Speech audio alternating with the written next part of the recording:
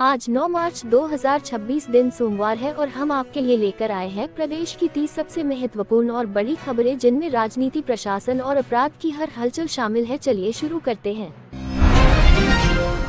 उत्तर प्रदेश में 8 मार्च को अंतर्राष्ट्रीय महिला दिवस के अवसर पर राज्य भर में विशेष कार्यक्रमों का आयोजन किया गया, जिसमें नारी शक्ति को सम्मानित करने के लिए मिशन शक्ति के तहत कई जिलों में महिला सशक्तिकरण रैलियां निकाली गई।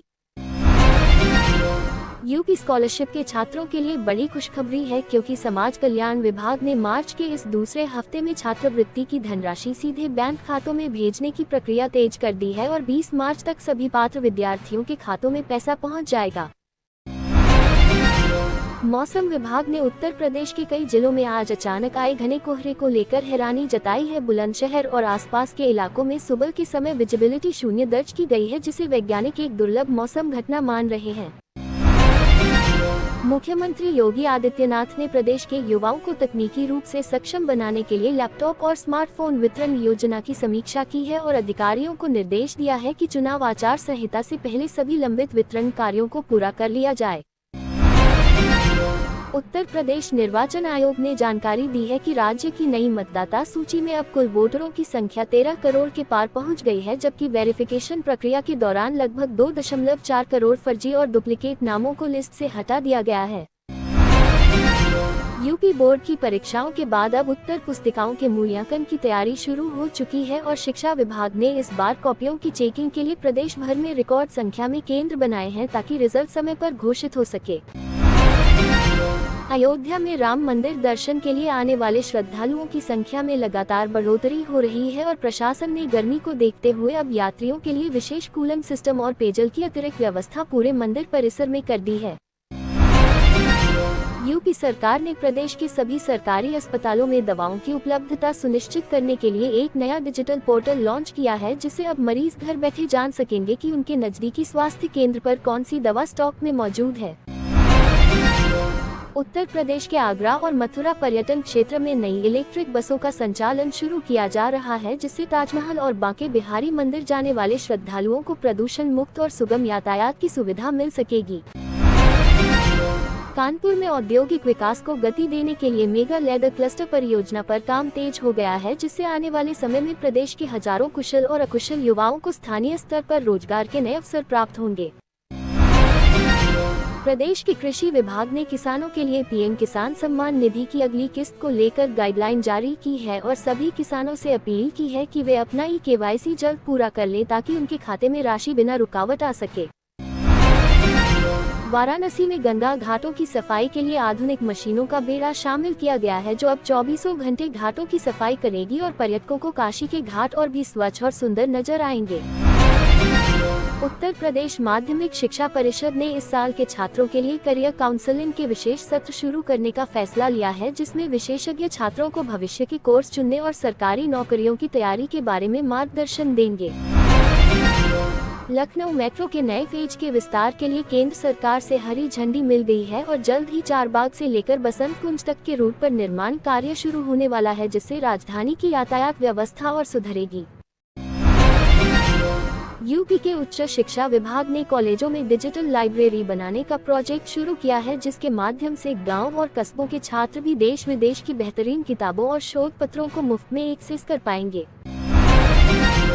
उत्तर प्रदेश सरकार ने निराश्रित गोवंश के संरक्षण के लिए बजट में भारी बढ़ोतरी की है और अब हर जिले में बड़े गो संरक्षण केंद्र बनाए जा रहे हैं, ताकि किसानों की फसलों को आवारा पशुओं से बचाया जा सके।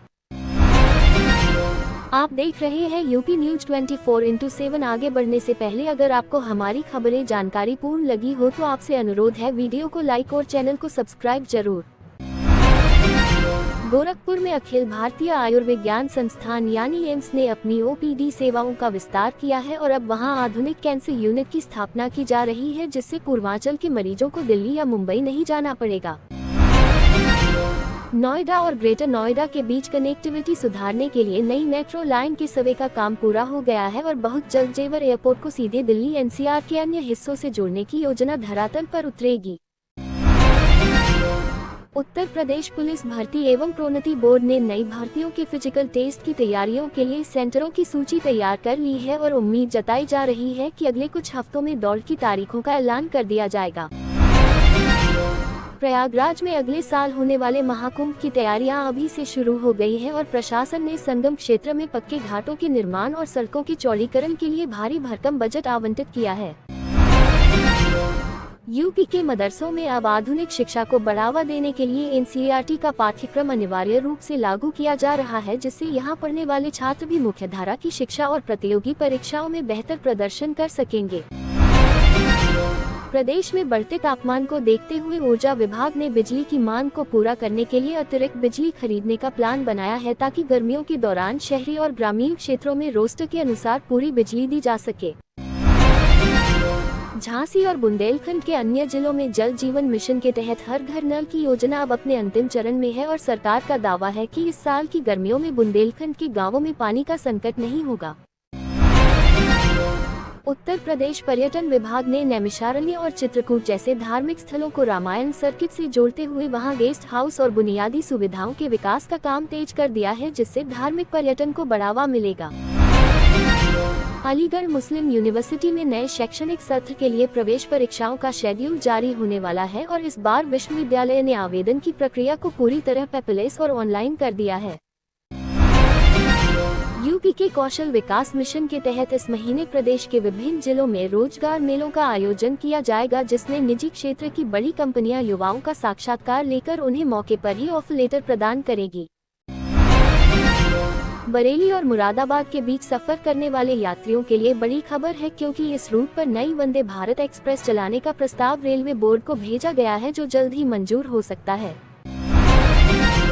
मेरठ में खेल यूनिवर्सिटी का निर्माण कार्य अब तेज गति से चल रहा है और खेल मंत्री ने आश्वासन दिया है कि अगले सत्र से यहां विभिन्न खेलों के लिए खिलाड़ियों की ट्रेनिंग और पढ़ाई शुरू कर दी जाएगी।